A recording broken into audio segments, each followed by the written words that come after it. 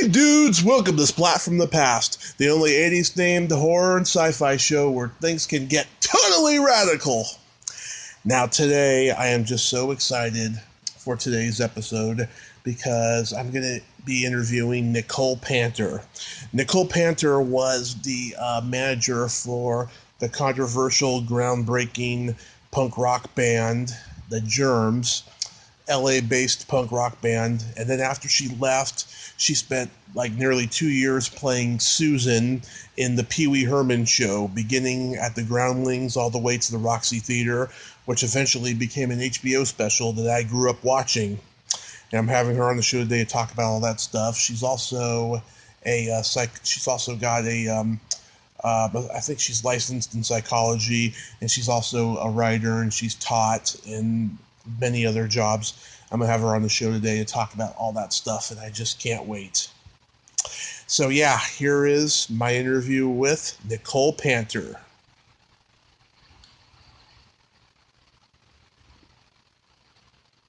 Hey Nicole, welcome to the show. Hi, thank you. How are you today? Well, I'm okay. It's been a busy day. Is this actually live on your show? It's pre-recorded. Okay, great. Yeah, it's been a busy day for the day confined to quarters. Mm-hmm. So, I'm a teacher.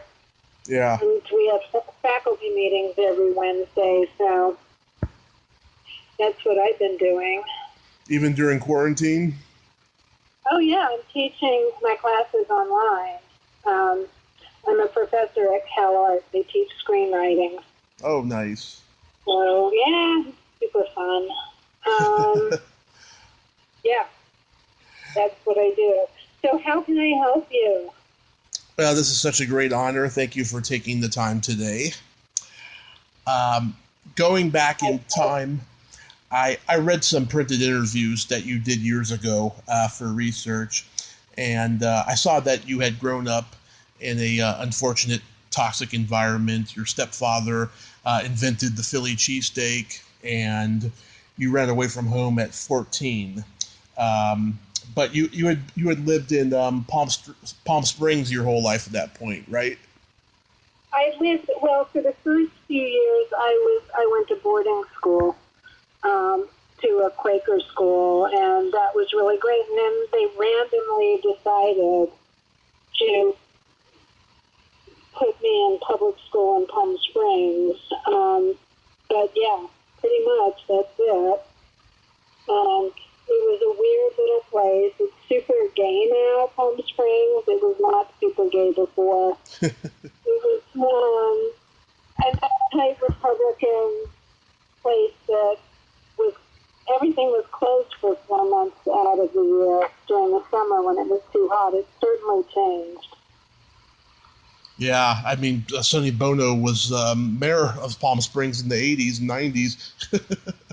I was long gone at that point. Yeah, I'm not surprised. That was not he was not my mayor, Sonny. Yeah. I'm not surprised that it was that conservative, though. Yeah. Yeah, did stuff happen to you that would be considered social services caliber today? Yeah, but back then that didn't exist, especially if you were from an affluent family, which I was. There was a lot of physical abuse and emotional abuse and psychological abuse. I was the stepchild that my mother met and married him when I was so young that I had no knowledge of any other father. So when they told, that was my father as far as I knew, and it wasn't until he was long dead and I was in my 20s that I found out the truth. Mm-hmm. He was actually not my father, which explained a lot. I always thought that I was an alien changeling. I really did. I thought it was like, okay, the aliens put me here as an experiment. Mm-hmm. So I knew that I did not belong in that family, that there was nothing between them and I that was much of a commonality. For example, I mean, no big surprise, I would escape into books. I taught myself to read at a very, very young age. And then I just read all the time to escape the hell of that really dysfunctional family. I remain a book person. I fell in love with a book person, and when he passed away, I inherited the contents of his rare bookshop. That was 2.5 years ago. So, books basically saved me until I could get the fuck out of there. Am I allowed to say fuck? You can swear all you want on this show. Oh, okay. Cool. I'm a little old purple-haired lady who swears like a sailor. Finally. Okay. So I got out of there because it was a really, I have no doubt that if I'd stayed much longer, I probably, either my stepfather would have been killed or I would have been killed. One of us would have been dead. It could not have gone on any longer. And my mother was no help. I became the family scapegoat, so it was horrible. But I've always said that no happy child ever became a punk rocker. Yeah, I agree. Yeah. And is that when you got to the wood cabin in Marin County? That was, okay, so I was really a weird kid. I went to LA. I did not leave Palm Springs until I had gotten my high school diploma. And the way I did that is when they put me in public school, I skipped a bunch of grades because I was way more educated than kids in public schools were at that point. Mm-hmm. And so I left, I got to LA. I had been saving money my whole life, pretty much every cent I got I squirreled away. Smart. And I applied to UCLA. I had my high school, the way I did it, we didn't have GEDs back then. That was not an option. But what I did was while I was going to high school and taking the maximum amount of classes, and I was 3 years younger than everybody else, I was also going to, it was a local, they called them junior colleges. I think they don't call them that anymore. I think they call them community colleges. Yeah. I went every 4 nights a week. I took a different class, and I got college and high school credit for it. Mm-hmm. So I was able to graduate early. And when I got to LA, I applied to UCLA, and I was out of UCLA by the time I was 19 and a half, something like that. Mm-hmm. But not with any kind of great distinguishment, actually. I decided in 2013 I needed to, it's a long story, a lot happened between then and 2013, but I decided I wanted to become a psychologist. And when I sent for my UCLA transcript, I saw that I had a C- average, mm-hmm. which was insane. I lived in Marin for probably under a year, sometime during that point, and I kept hitchhiking. It was back when you could hitchhike. It was probably 1974. Right. And you could hitchhike into the city, and at the time, however, I now know that the Marin Trailside killer was killing hitchhikers. I just escaped by the skin of my nose, I think, from being murdered by some pervert. But that's how you got around. And I would go, and there was this place called Mabuhay Gardens that had a show, this Merry Monday Show, and that was actually the first place I saw punk rock, or some semblance of it. So I ended up moving back down to LA because it looked more interesting, and I did that. And then I ended up, being part of this community of baby punk rockers, pre-punk rockers. And I've always been really good at taking care of myself in terms of, like I've never gone to sleep without washing my face, for example. No matter how fucked up punk rocky I was, and I was never I never had a drug or alcohol issue, which is a minor miracle, because usually people who have early childhood trauma like I did, anyone you ask in Skid Row had horrible, horrible childhood trauma, which is the environment I grew up in. If you go to prisons, you see that, and you ask questions, the prisoners are all people who have had horrible early childhood trauma. Of course. So it is a testament to, I don't know, some kind of weird, Warsaw Ghetto Jew genetics that I didn't end up being that person. I've always been good at taking care of myself, not at the expense of others, but just, I've never, probably since about the age of 21, I've always had health insurance. I've always bought health insurance for myself. And I don't know where I learned that, because the king of steaks and my mother were very financially irresponsible. They lived in a constant state of boom or bust. And, when it was boom, it was, my mother had a 30-carat diamond on her finger, and 4-length sable coat. And when it was bust, we never lived like it was bust, but my stepfather's temper was more off the hook.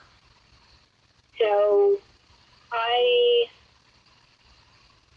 and he was also a high roller gambler, so I've always had a real sort of horror of gambling.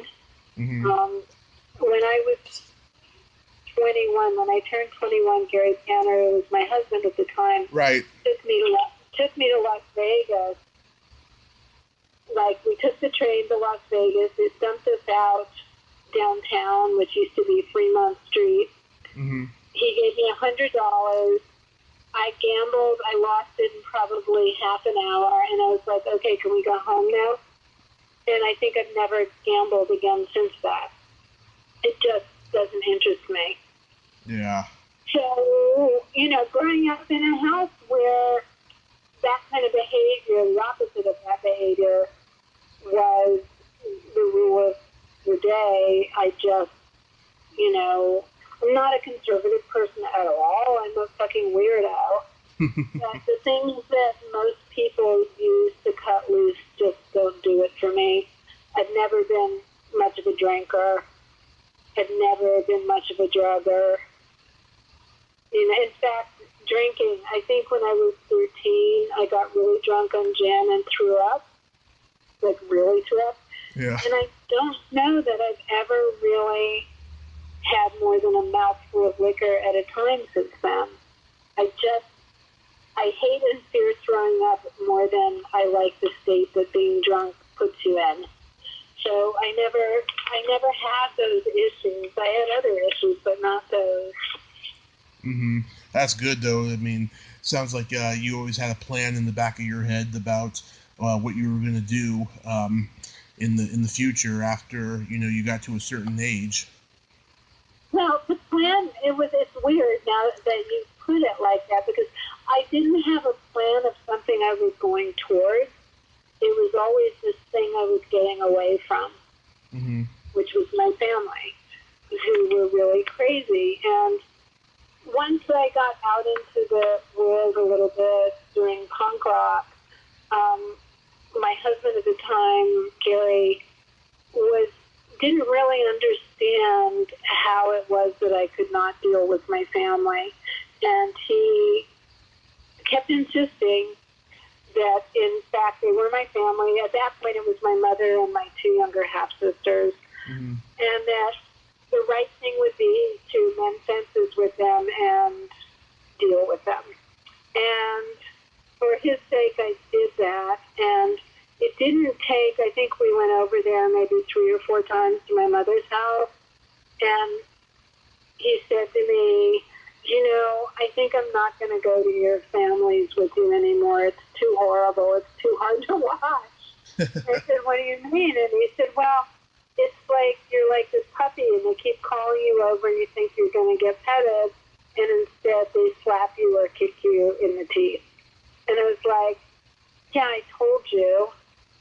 And I sort of hung in with them a while longer, and then at some point, 30 years ago, I was at a family dinner without my husband, and something, you know, an old pattern clicked in, and this time I wasn't taking the bait. Mm-hmm. And I just looked at them and said, you know what? Doesn't work for me. And if you want a relationship with me, we're going to have to go into family therapy. That's the only way I will have anything to do with you guys anymore, because you get too much joy out of turning me into an angry 12-year-old.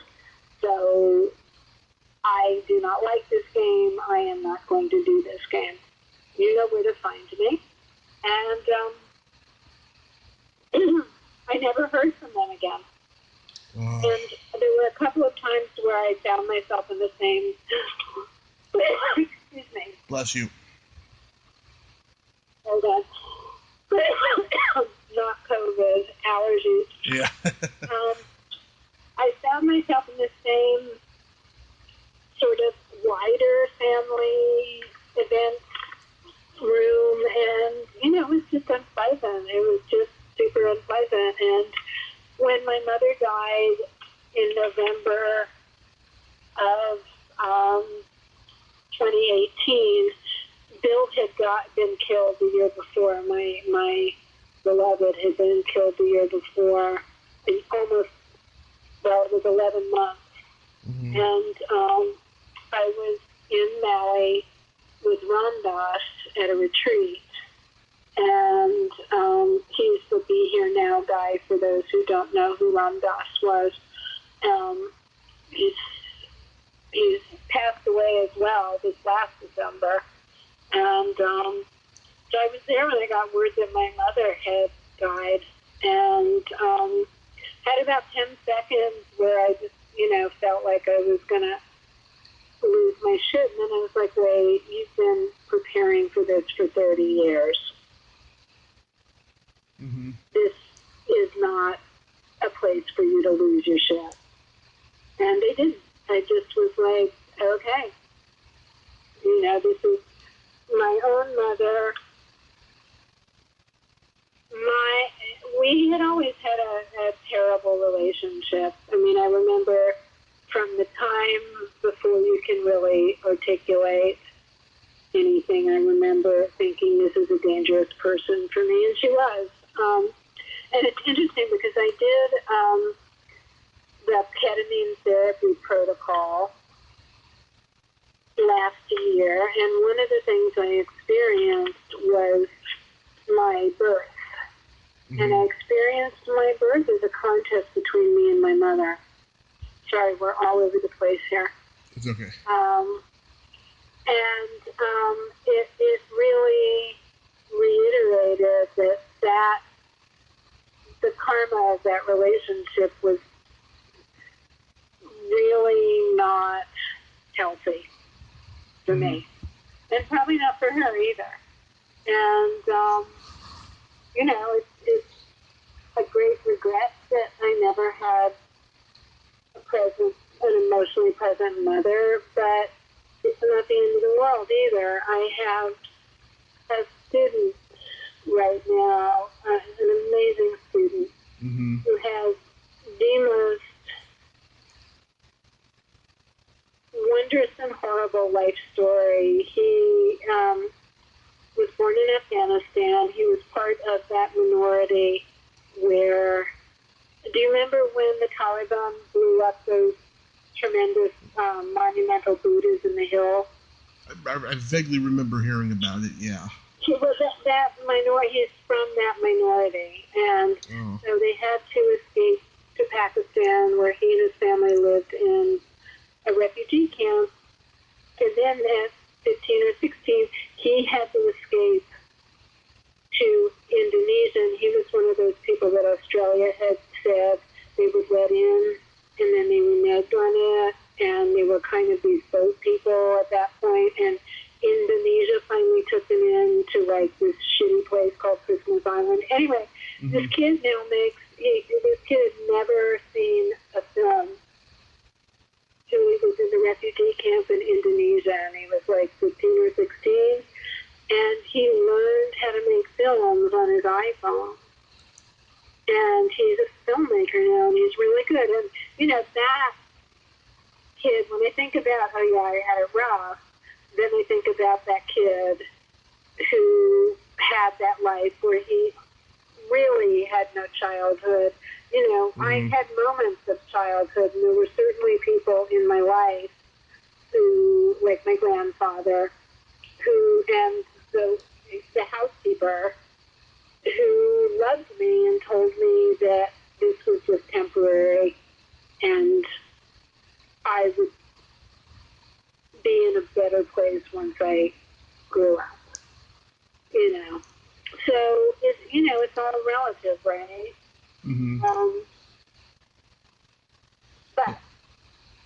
But there we go. There's my whole life story. but you persevered, and that brings me to the next chapter, and that is, how did the Germs come into your life? Well, we were all part of the same scene, and I was sitting on the curb in front of the music machine with Darby, and he said, we can't get a gig anymore because our fans tear up the place, and no club owner will hire me. I said, well, you should change your name, but just like you should have a secret name that you tell the club owner it's one name, and your fans know that it's you guys. And I said, but you have to tell them to stop tearing up stuff because it's not going to last very long. And he said, yeah, what should we call ourselves? And I said, call yourself GI. It means Germs Incognito, which GI ended up being the name of the album. I don't know how many people know that it stands for Germs Incognito. And he was like, do you want to be our manager? And I was like, yeah, okay, I can do that. And I said, but I'm not, one of these kids who worships the ground you walk on. I know what the deal is, dude. And I said, and I won't take any shit because I'm not some fan. And he got it. He understood. And we had, it was a constructive relationship. I did a lot of things that we benefited from, including set up a publishing company that still pays everybody royalties. In the case of those who are not with us anymore, it pays their families the royalties. And I designed the album cover. I did not design Darby's Blue Circle. There's a big difference between those two things. Bob Biggs from Splash Records wanted to spell out the word germs in rotting meat and jelly beans. And I had been reading Black Sparrow books, the Charles Bukowski and Paul Bowles, and they had these really beautiful fair covers. And I said, we're going to make it look like a jazz album cover. It's not going to do what people expect us to do. And I designed the album cover using Darby's insignia, the blue, triple, and black, and it looked like a very classy jazz album. And that album has never been out of print since it was released. I also, Darby wanted, what was his name, Mark Lindsay from Paul Revere and the Raiders. Right. To be the album producer, to be their album producer. Mm-hmm. And I told that to Bob Biggs, and Bob Biggs got back to us and said, well, Mark Lindsay wants $10,000 to do that. And the whole album budget's only $5,000. So, no. And I said, well, Joan's a friend of the band. We want a famous person to be the producer. So let's just get Joan. And, of course, we got Joan. Mm-hmm. I had them playing gigs. They never played a gig once they took over for less than $1,000, which meant $200 each. 200 for me, 200 for each of them. Mm-hmm. In an era when bands were playing for beer. Yep. We never played for less than $1,000. So, you know, and when you see a movie, a horrible movie, like, what is that fiction movie called? What We Do is Secret, which is such a horrible, I mean, I teach screenwriting. I was in the film business for many years. Mm-hmm. You know, and they sent the first version of that to me, and I was like, this is an awful script by any standard. And after that, I was sort of out of the loop, and I had said to them, you know, if you want to represent my character, you have to do better than this as far as the script goes. Yeah. I teach screenwriting, and because I've been teaching screenwriting at CalArts for 25 years, and if you want permission to use my character, you're going to need to do better than this. And I gave them pages of notes, all of which would have been really easy to do, which would have made it way less leaden. And instead they chose to cut my character out, and I think I've never seen the whole thing. I could never bear to watch it because the wigs were so bad. Mm-hmm. You know, and it just, so instead of seeing the decline of Western civilization, in which I am interviewed and represented, there's a whole generation now of kids who seem to think that that movie represents some kind of reality. You know, and it doesn't. It doesn't. It was, there was so much collateral damage with that movie. Mm-hmm. You know, and I'm fine, but it also seems like when I was managing the Germs, I was the only female managing a band for years. So it's this weird rewriting of history by people who aren't there. At first I was like, well, whatever, who cares? You know, my life certainly has become a lot bigger than that time I managed the Germs for 3 years in 1977 to 80.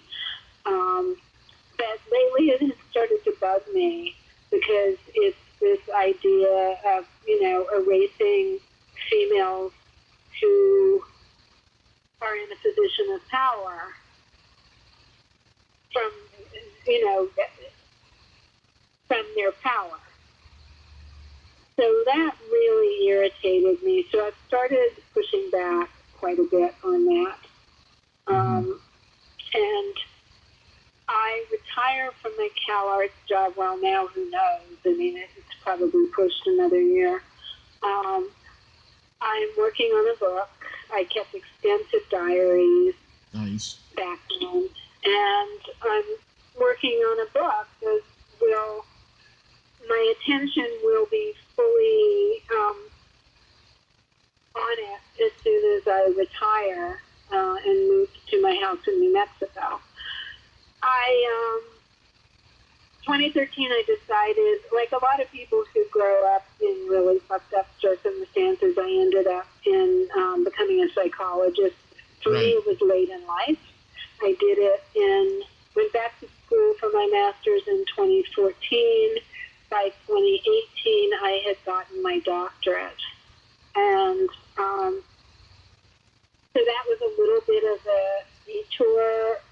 like a lot of people, I went back to school thinking I wanted a new career or a different career. Mm-hmm. And once I got to school, I realized, oh, wait, this is about me, because I've had many years of successful therapy, and I've gone kind of as far as I can go. And I need to look behind the curtain, but it was about me figuring out more about me. Mm-hmm. So, and then I got involved. My doctorate started out being one thing, and it ended up being about the use of certain psychedelic medicines in the treatment of depression, anxiety, and PTSD. Mm-hmm. And that is what my doctorate is in. And that's an area I'm very interested in. Only since during the time I went to school, when I was in school, I met a man named William Daly, who was a rare book dealer here in Los Angeles, and we'd known each other tangentially in the 90s. I used to go into his bookstore, but we fell madly crazy in love. Moved in immediately, Mm-hmm. had the best next 3 years I could ever imagine. I went to work one day, and I got a call an hour later that he had been hit by a car and killed crossing the street 3 blocks from our house. Oh, So I went from and I was at the clinic, and I had just finished seeing a patient when I got that call, and I went immediately from being a clinician to being a patient again. And the last 2.5 years have been spent trying to make some sense, not that one can ever make sense of that, but my grief has been really deep and profound, and I'm 64 years old now, Mm-hmm. and it is at some point when there's that much grief, it becomes a question of do I want to survive this? So I have really been sitting down with that question for the last few years, and psychedelic medicines have been a really important part of my processing of that. Mm-hmm. So, Wow, that is amazing. yeah, it's a really quite a journey, if I do say so myself. I'm still teaching screenwriting. Mm-hmm. I started teaching at CalArts 25 years ago. I was invited to teach a zine class, which was a writing class, and that very quickly became tremendously popular. To me, all those kids knew that I had managed the Germs. Mm-hmm. It wasn't until I was well into my first year of teaching, they invited me to teach because I had just been on Fresh Air about a book that had been published on a small press of my short stories. I'd been writing short stories. And they asked if I'd be interested in they had lost a teacher for the semester and needed a quick replacement, and I'd been on Fresh Air that day. And I said, sure. And I threw up before class. I was so nervous. There were 60 kids in that class, which was only supposed to have like 20. Mm-hmm. And from the first few minutes, I knew that was going to be a real large chunk of what my life's work was. I'm a really good teacher, and I have now generations of students. I have students who now have kids who are finishing college. I have actually one kid whose parent was my student. And I know that this is something I'm one of those really gifted teachers. I can finally say it without throwing up in my mouth a little bit. Mm-hmm. Because I have 25 years of students coming back to me and going, what you taught me has stuck with me. and has been really important to me. When Bill was killed, it was students, past and present, who rallied around me. So it's my life's work, and it has been really amazing, and I'm really grateful that I somehow stumbled onto that path. When my marriage to Gary broke up, I left and I ran away to live with a rock star in England, and that was a disaster. And then I went to India. Mm-hmm. In India, I met a Tibetan Lama my first night there, and we hung out for a few days. And at one point he said, "Oh, Nicole, you're a teacher." And I said, No, I'm a waitress. And his English wasn't very good. He was a Tibetan guy. His name was Ayong Rinpoche. And he said, "You're a teacher." And I said, No, Ayong Rinpoche, I bring people food. I'm a waitress. Mm-hmm. And he just looked at me and went, "Nicole, you're a teacher." And that was in 1987. And in 1994, I got the call inviting me to be a teacher. And I started in 1995, and it was in January of 95. And it was just like I was home. After the first few seconds of nervousness passed, I thought, oh, yeah, this is it. I'm home. I'm supposed to be in a classroom. So, I had thought originally, until Bill was killed, I thought, well, I'm going to teach. They'll carry me out feet first of my classroom. And after that, comes this reassessing. And as much as I love teaching, I think leaving at the 27-year mark will be a good thing to do, because there are other things I need to do. I need to get the book written, and as long as I have my students' voices in my head, it's too hard to write. Mm-hmm. Because there's not enough room for my own voice there. So, and I know that we skipped a big part that you're interested in. Oh, I'm going to get to that.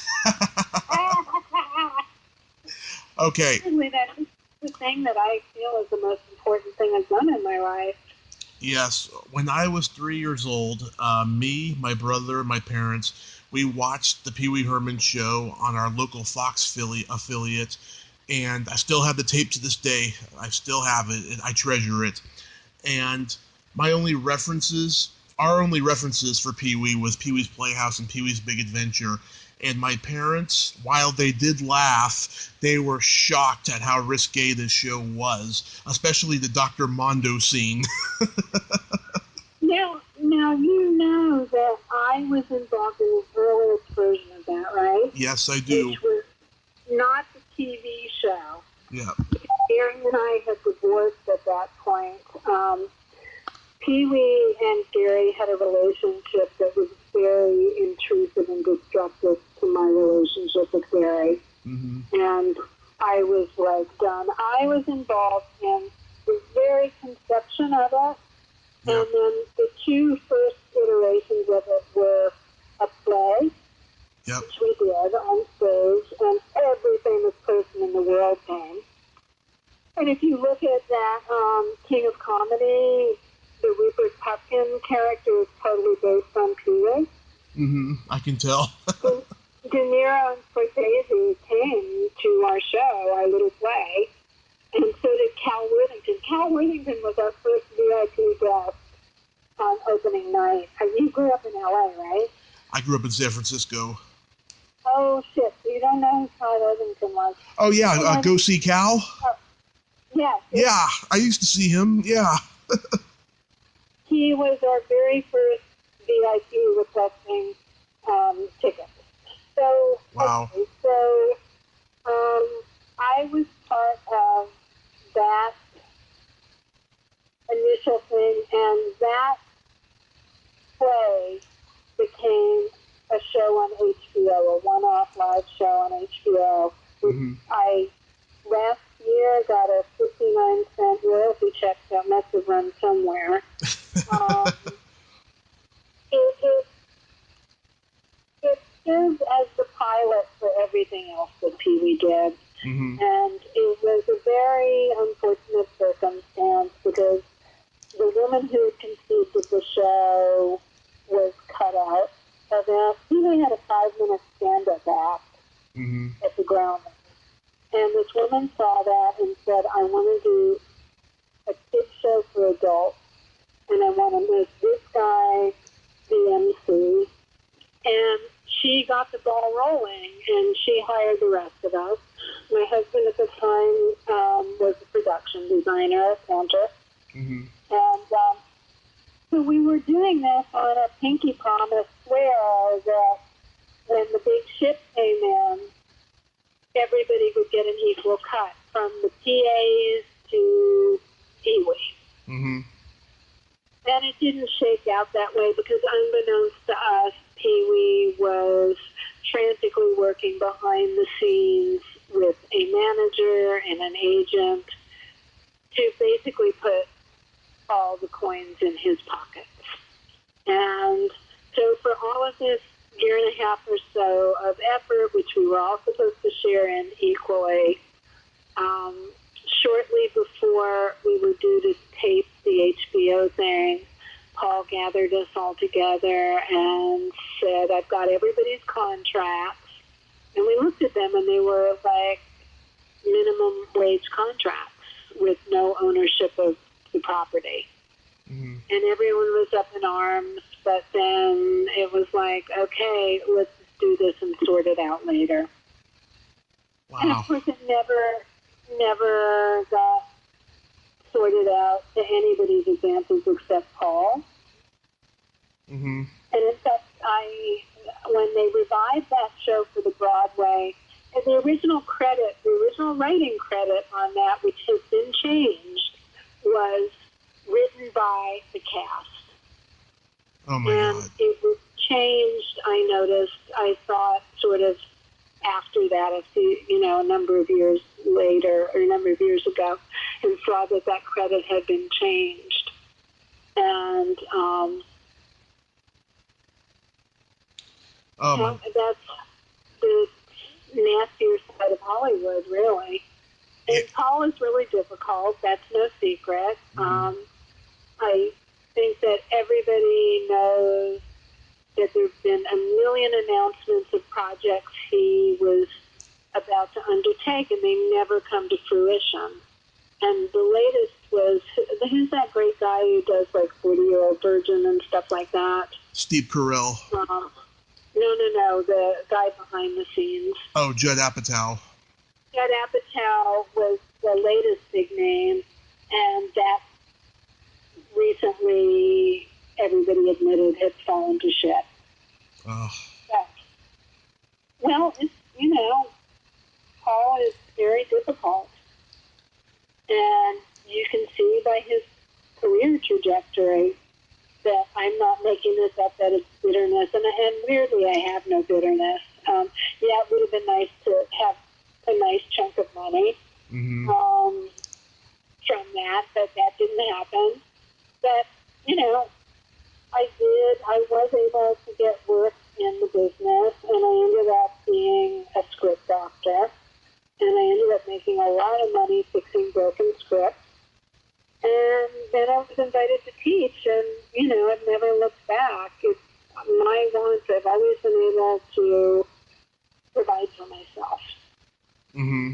So, yeah, I've had, Lynn and Brian on talking about the show and stuff, and they only talked about all the good stuff. But I do remember 20 years ago seeing you interviewed on Paul's True Hollywood Story, and it seemed like everybody on that show, was mad at him and stuff. They didn't interview the people who loved him, Well, and you have to understand that the people who seem to love him mm-hmm. are people who still want to work in the business.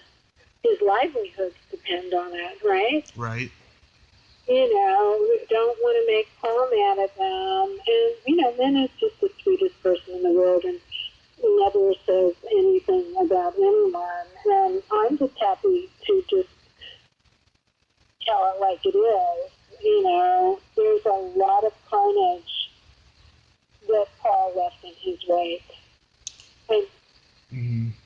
I met him last year. I went to a horror convention, which I was in line for 2.5 hours. I mean, he had a line all the way out the door around the corner, and I had a very pleasant experience talking to him for 10 minutes. I brought up that I know Lynn and Terry Bolo and Gloria Vassi, who founded the Groundlings and stuff. I found him to be very sweet and very charming, and it was one of those experiences that I treasure, you know. But that is very sad and unfortunate. And yeah, I mean, doing this podcast for the last 3 years, I've heard a lot of stuff like that with people that I look up to. It's sad.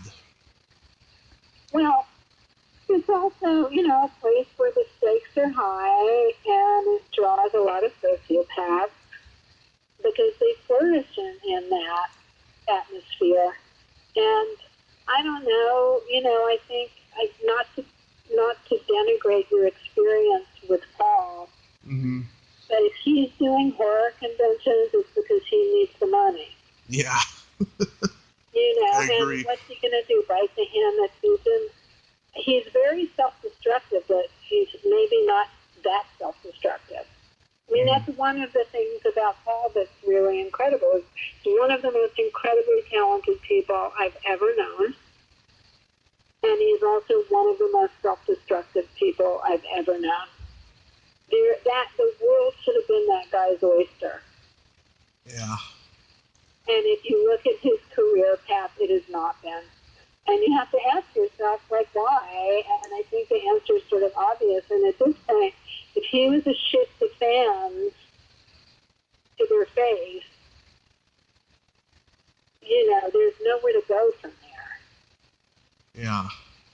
I mean, that guy, he was on top of the world with this creation, and then one little incident happened in Sarasota, Florida, that just changed it all. And it's just really sad, what he's been doing ever since, because no, it's not that incident that did it. It's not that. I have to tell you that so many people have tried to pick Paul up, including what's his name, who we just mentioned. So many people have tried to help that guy out, and he is his own worst enemy every time. Mm-hmm. I know that instead of being grateful to Gary Panter for the amazing look he gave him, Gary ended up in court with him a number of times to get paid.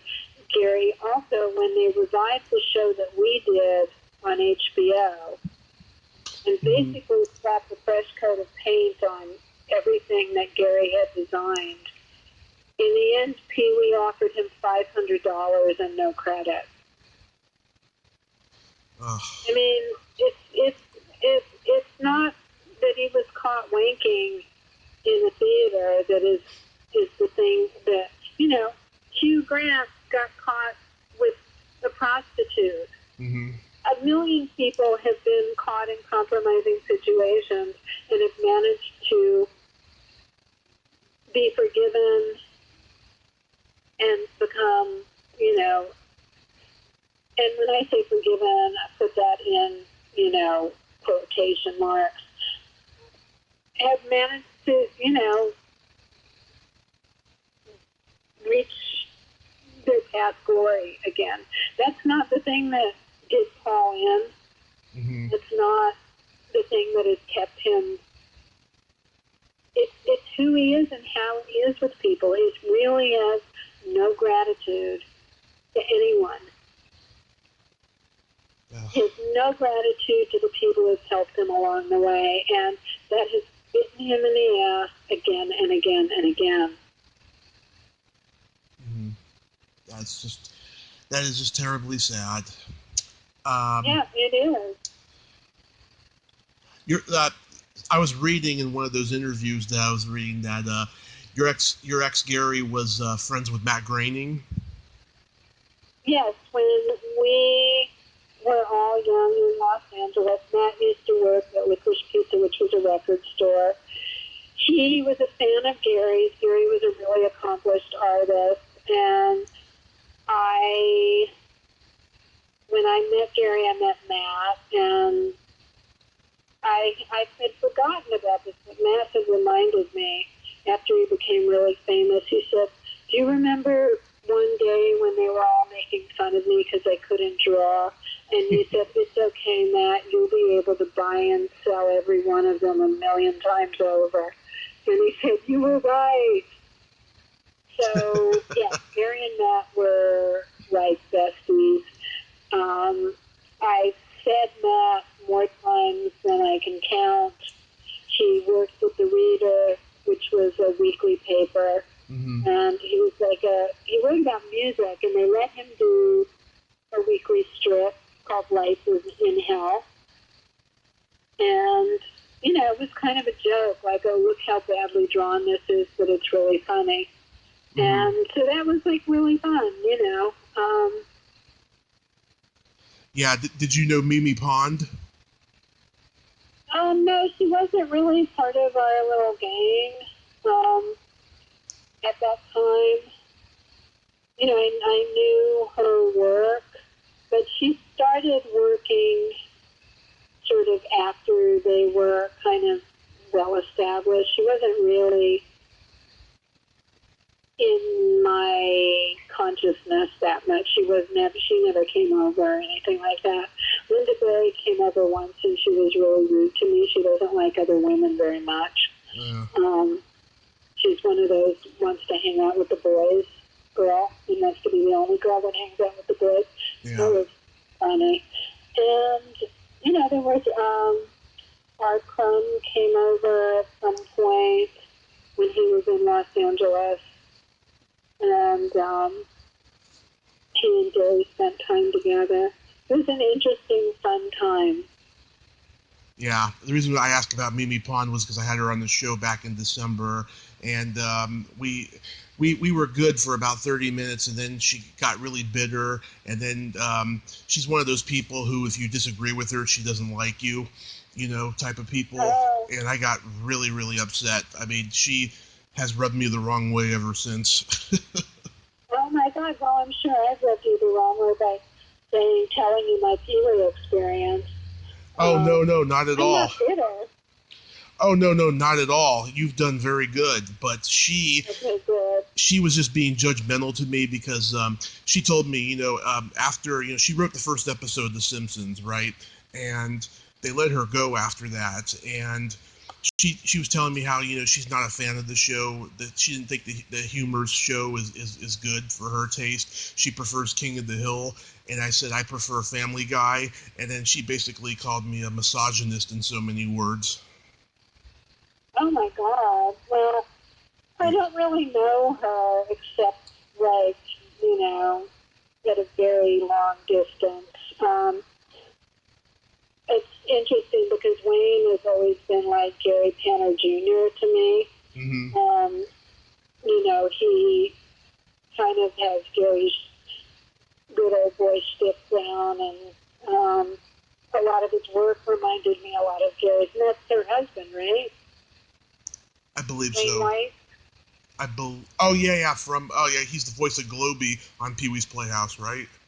Yeah, or one of them, yeah. He's one of the characters, at least. But, so you've been a doctor of psychology for how long? Not that long, since 2018 I got my doctorate. I got my master's in 2013 and then immediately went to work on the doctorate, which started out to be one thing and ended up being the psychedelic research, which I decided to go investigate that because a lot of my patients are on antidepressants, and we didn't seem to be helping anybody very much. In fact, they kind of seemed very destructive to me.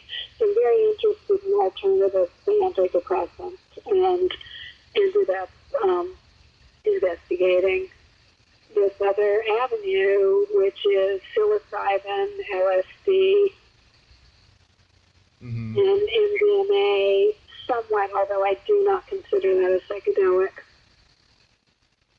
Yeah. I tried every drug once in my life, and none of them had an effect on me. Wow. Not to the point where I wanted to do it over and over again. I liked, what was going on at the time, and then the next day I was like, I don't think I want to do that again. Yeah, I don't know, psychedelics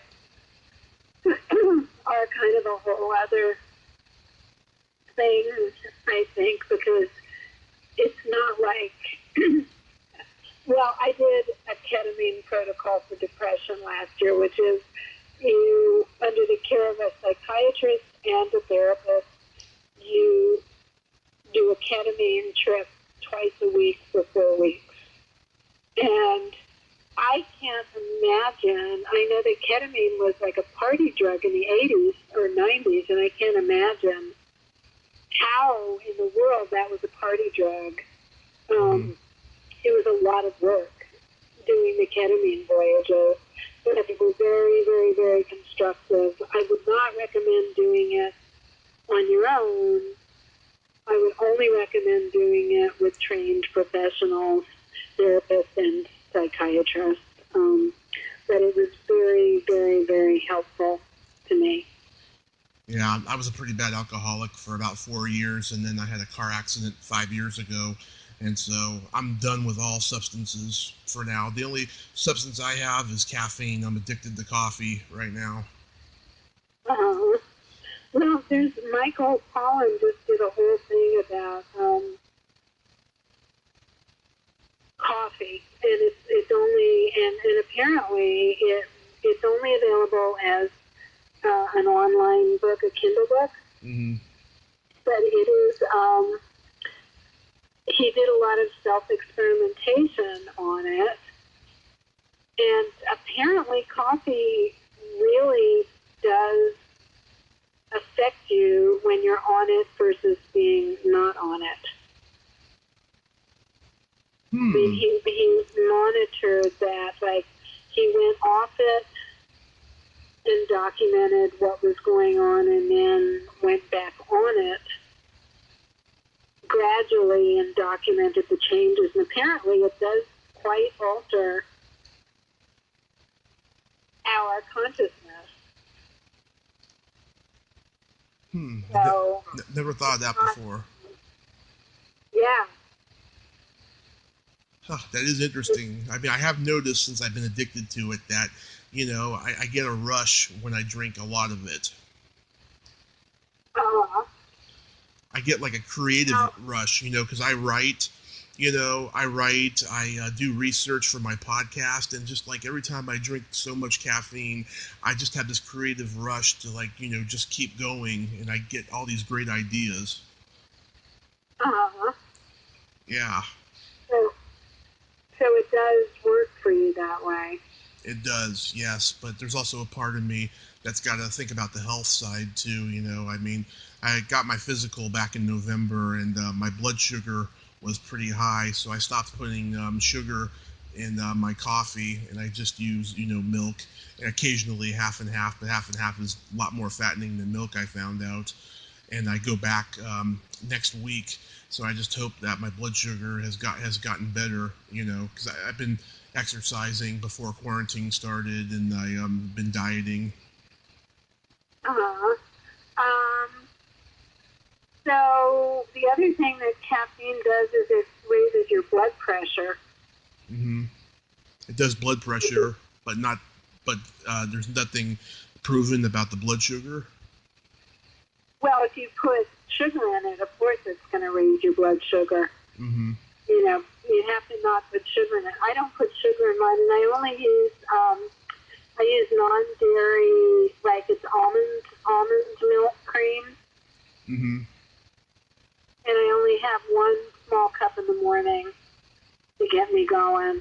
Because I just, I feel everything, so I don't want to do it. Yeah. I was, for a long time, I didn't like coffee that much when I was in my 20s, so, I drink, a Diet Pepsi, Diet Coke, something with caffeine to get me going. But now, I'm just at that age now where I actually like coffee better, and plus my mom buys the best coffee. She gets it from Starbucks. That's the coffee grounds that we make. It's called breakfast blend or something. It's yummy. I bet. I just do Trader Joe's. Mm-hmm. That's about the only thing I do too, is coffee. Yeah. You do any tea? Nah, not really. I mean, I have to watch what I do because sleeping is, It's vital when you're a teacher. Yeah. So I just have to watch that. Yeah, my mom's gotten into drinking tea, and she likes it. I guess it's something you do when you get older, certain people, but it's not for everybody. Yeah, true.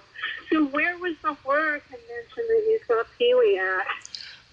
It was Monsterpalooza in Pasadena, and the funny thing is, 2 years before I saw him, he was doing a tribute to V. Neal at the after party for her contribution to makeup in horror, and he gave a very nice 20-minute speech about her, and then she came out, accepted the award, and then he got the hell out of there. That was the first time I saw him there. Yeah, and then last year he was there all weekend. Well, there's a reason he's not starring in much. Yeah. And, he's super self-destructive. He had the world on the world was his oyster. Do you think it's half ego and it's half just insecurity of what if what if the people don't like me in this project and then he screws it up? No, I think he's well, I can't diagnose him, sorry. I think yeah. I can't diagnose him.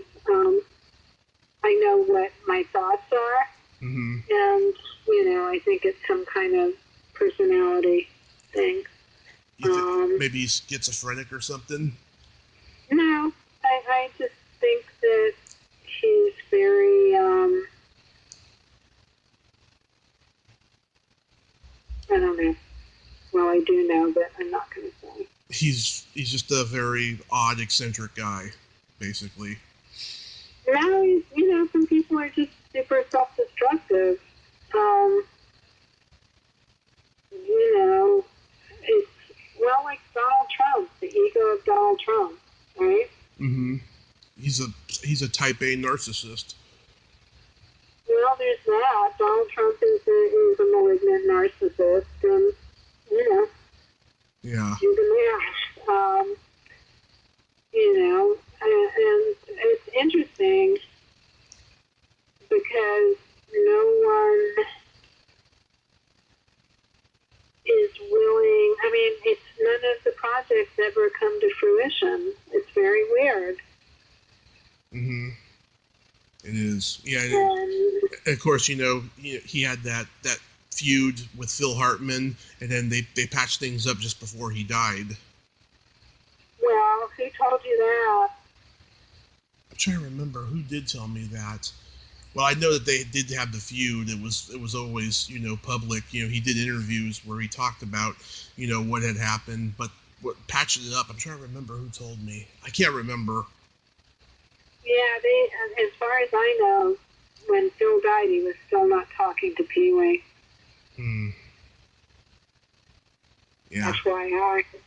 Yeah, I don't know where I found that out at and stuff, but people talk. Yeah, I mean, I remember that's one of the things that the people were saying was Phil died angry at Pee-Wee. That's just sad. It's just sad because that guy could charm the birds out of the trees, and if he used his power for good, he would be, I think, happier, and there wouldn't be this trail of emotional carnage. That's very well put, Nicole. That's very well put. Well, I'm just one more broken body in that trail, Yeah. Which is, and that's actually, I'm really fine with it because it isn't like that was my only opportunity, and I would not trade this last 25 years of teaching for all the tea in China. You know who, I'm just going to tell you a couple of my very famous students who were my students before they were famous. Okay. And so Pendleton Ward, who did his series Adventure Time, his cartoon series, which was a huge hit for the whole 10 years it was on, he started that show in my class. He took my class for 4 years at CalArts. Yeah. There is a guy named Ari Aster who has released 2 really successful films in the last 3 years. One of them was called Hereditary, and the other was Midsummer. Do you know those? Midsummer. I think I've heard of that one. And Hereditary. They were both horror films. Oh, yes, I do know Hereditary, yes, now that I think of it. He was my screenwriting student for 4 years in New Mexico when I taught Nice. at College of Santa Fe. And then there's a young woman named Eliza Hittman who has what is the best reviewed film of the year out now. And it's called Never, Rarely, Sometimes, Often. Mm-hmm. And this is her 3rd film, and she was my student for, I think, 3 years. So this thing that I've been able to do has put a lot of stuff. I've helped a lot of things come to fruition out in the world that are far more interesting than Pee-Wee, I think. Adventure Time is certainly, as if not a million times more, is really influential. Yeah. So, but I have like a million other students who are doing work that is important and influential now. So that's been kind of super cool, and I would not trade that for showbiz, per se. I don't know. Anything where the stakes are so high that people are willing to fuck with the humanity of other people is kind of icky. Mm-hmm. I'd rather be a fan. I'd rather watch things. I'd rather see good things. Yeah. Did you? I watched The Decline of Western Civilization again the other night. I hadn't seen it in a long time, and are you just amazed that film made it to the National Film Registry? Yes and no. I'm amazed. Well, let me start here. This is a better place to start. I am amazed that punk rock was not this obscure little blip on the radar that happened for a couple of years and then everybody forgot about it. Mm-hmm. If you had told me when we were doing it that in 40 years, people will know who you are because you were involved in this, and specifically in the decline, I would have said, oh, come on, who's going to care? It was that whole Patti Smith thing of, well, we're just kids, come on. Mm-hmm. So it didn't seem important. It didn't seem, and also, early punk rock was so hostilely received from people in the world. Like, I remember on the day I said to Gary Panter, that's it. I'm turning in my punk rock mess. I'm not going to be a punk rocker anymore. It was in December of 1980, and Gary and I had gone to a mall. We'd gone to the Sherman Oaks Galleria to get something, and these little kids started following us and throwing garbage at us, yelling punk rock sucks. And that was really weird. And we lived on Beechwood, and we would go do our marketing, like, probably, it was an all-night market. It's now a fancy Gilson's, but it was an all-night market, and we went to the market at, like, midnight or 1 in the morning because we stayed up all night. And there were these brand-new punks. You know, you could practically smell the wet ink on them. Yeah. And they were screaming at us that we were pseudo-punks. And I just looked at Gary Panter and I said, you know what? We can't win. I'm done. This is the end of this for me. And that was like the day that I turned in my punk rock bona fides. Did you cry a lot? Did I what? Did you cry a lot? No, not at all. I was just like, you know what? This is over for me. I've done it. I've done it for 3 years, and, you know, one group of kids is throwing McDonald's shit at me, and the other is saying I'm not punky enough, so I am not much of a joiner anyway. This was never my intention to be part of this club. And even among that club of non-conforming little conformists, I was a black sheep. So I was just like, I'm done. I am really officially done. And, you know, as far as I was concerned, I was done. And then Pee-Wee came along right away. And we were on to the next thing, which was showbiz. And, you know, it was like a bunch of kids saying, let's put on a show in the barn. And that's what it was like, and it was super really fun until it wasn't anymore, until showbiz happened. Yeah, but so, by the time you got to the Roxy, it was no longer a communal effort.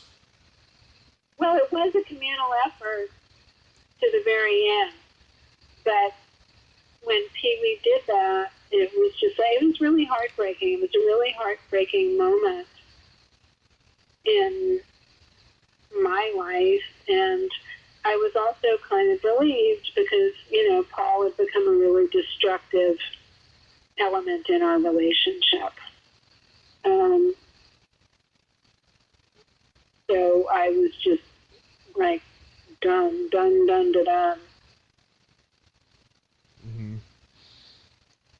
Who do you... Yeah, all of those things for me had a clear beginning and a clear end. Yeah, as far as punk goes, who do you think was crazier, the Germs or the Plasmatics? The Germs, because I think their craziness was more organic. The Plasmatics were older. You know, the Germs really were kids. Yeah. And the Plasmatics were older, and I think the Plasmatics thing was very much calculated. Yeah. And the Germs were not calculated. I think, you know, they were also not the best. They were not the best punk band. They were the most out-of-control punk band.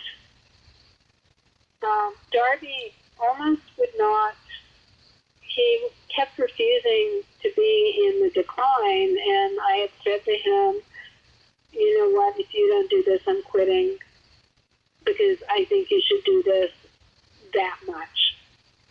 And I threatened to quit the band, quit being the manager, and he did the Decline because he wanted me not to quit. And I was right. I was right. Mm-hmm. It was L.A. at that time. They had a magical music scene because on one side you had punk, next you had new wave, next you had heavy metal. It was a wonderful time. Now it's a shit show. Yeah. Yeah. Now I don't even know. What is it now? Is it really even a thing? It's all cover bands. It's guys you haven't seen in 20, 25 years or something, stuff like that. It's just not, the magic's not there anymore. Well, and this is the thing. I have always been very opposed to reunions. Yeah. I have always said, and this is one reason that the ex-people really hate me, is I've been an outspoken, opponent. I said, my punk doesn't have reunions. My punk rock doesn't do reunions. And like X for a long time refused to do anything that was written after 1984, I think, which to me made them an oldies band. I called them the Sha-Na-Na of my generation. Yeah. And that was not what my punk rock was. My punk rock was a living thing that was vital and new. And there was no reunion clause in it. So I wasn't on board with the so-called Germs reunion. I mean, the first thing about that is, how can you have a reunion if Darby's dead? You can't. Yeah. There's no such thing as a reunion where the guy who was the band is dead. And to have an actor play this guy is just insulting to his friendship and his memory. So I didn't win any friends that way. And that's fine. Everyone does what their conscience lets them, right? Right. I mean, it seems like everyone's, going on these reunion tours now. And I know why. It's because there's no more record sales, and there wasn't even hardly any money in record sales to begin with, but they're taking that old bluesman mentality of playing until they die, and some of them should just quit because they just don't sound like they did. They sound like old men on the verge of death, Well, and punk rock, I think, is a young person's, complaint. It's not meant for geezers. I mean, I saw the Rolling Stones a couple of years ago. Bill and I were invited to Desert Trip. And we saw the Stones play, we saw Neil Young play, and Neil Young was amazing. But Neil Young wasn't a punk rock. It's okay for that 70-year-old guy to be doing what he does, because he was never jumping around pretending to be 18. And I just don't think punk ages very well. Mm-hmm. That said, I saw the Avengers play at a memorial for Jimmy Wilsey, and they were really great. They still had that angry edge. And also, don't forget the Ramones, they quit while they were ahead. Well, they all hated each other, and I think that's probably the reason why they quit while they were ahead. I met Marky at that same convention I met Paul last year. Oh my God. The guy didn't say anything to me while he was signing, right? And then when we got up to take the picture, his handler was this gay guy who frickin' accidentally deleted a selfie I took with somebody there. And I was pissed. I found out later, right? So he's trying to find the camera on my phone, and then Marky turns to me and he's like, "It's the lens." Oh my God. That was all he said to me. It's the lens. Ay. Yeah. Well, it's just, yeah. I mean, I get that everybody needs to make a living at this point. Yeah. But still, I don't know. It's crazy. Yeah. Yeah. So really quickly, Nicole, I want to indulge our inner weirdness. I have this silly game that I like to play with guests. It's silly slumber party questions, and how this works is I ask you the question, you answer it, and then you ask me the same question, and I answer it. Okay. Nicole, are you ticklish? I've been in social isolation for so long, I've forgotten.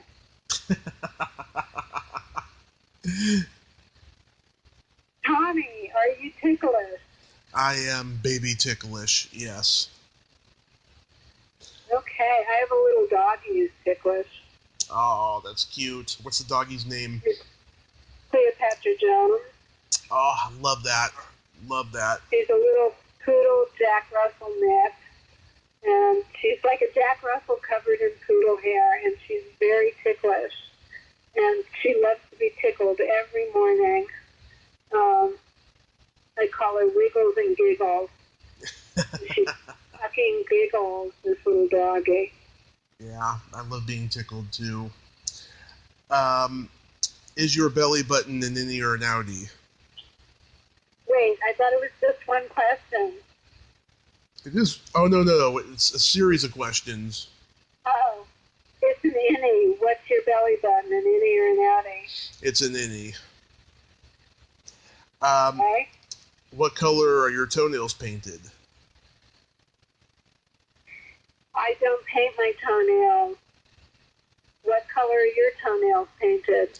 They're not painted right now, but last time they were purple with sparkles.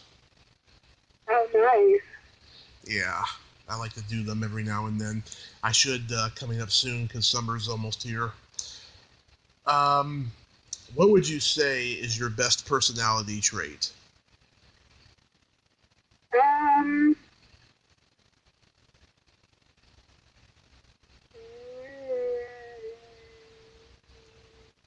Well, it's a double-edged sword, but my fierceness.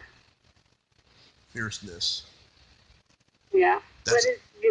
What would you say your best personality trait is?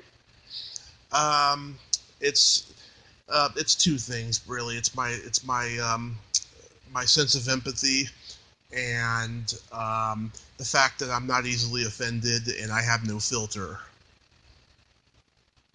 Okay, that's pretty good. Yes. And then my favorite question, is there a stinky smell that just makes you gag?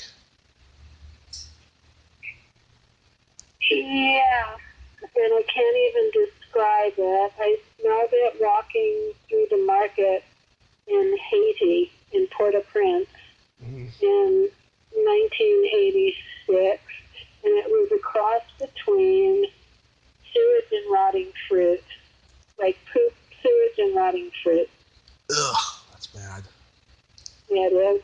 Is there a stinky smell? What was the rest of the question? That makes me gag. What makes you gag? Yes, either farts or feet. Okay. Nicole, I mean this. You are an amazing and inspiring lady, and I'm just so honored that I got to talk to you today. And I hope the rest of your memoir turns out well. I will definitely buy it when it comes out. Cool. Maybe we can do an interview then. Oh, yes, a part 2. Absolutely. I'd love to have you back. And okay. Thank you so much. Yeah. Stay safe during this time of quarantine because we need you. And oh, thanks. Yeah, it's scary and weird, but you know, the scariest and weirdest thing is the guy in the White House. I don't even know what to call him anymore. Sorry. The orange idiot. I've been calling him Fatso Cheeto. Fatso Cheeto. Yeah. That's a good one. Yeah. God, I hate him. I do too. I just hope that he doesn't pull the rest of, it's like a guy in a restaurant having a heart attack who grabs the tablecloth. You just hope he doesn't pull the whole works down onto the floor. Yeah. A great way to put it. Great way to put it. Yeah. Well, Nicole, you Okay. have yourself a great rest of your night. Thank you, and thanks for the conversation. Bye-bye. My pleasure. Bye-bye. Well, there you have it. Nicole Panter. Ain't she a sweetheart? I love talking to her, and she's just an amazing, inspiring woman who has been through a lot, and she has persevered, and that's what I admire in any woman, in anybody, because, you know, while bad things happen to us, good things happen as well, and that's why we are here. If you like this video, everyone, please subscribe to my YouTube channel, add me as a friend on Facebook, join my Tommy Kovac comedian page on Facebook, follow me on Twitter and Instagram, and all that fun stuff. Well, that's all the time we have this week on Splat from the Past. Until next time, this is Tommy Throwback Kovac saying, there's no shame in living in the past, because the present sucks. Later, dudes.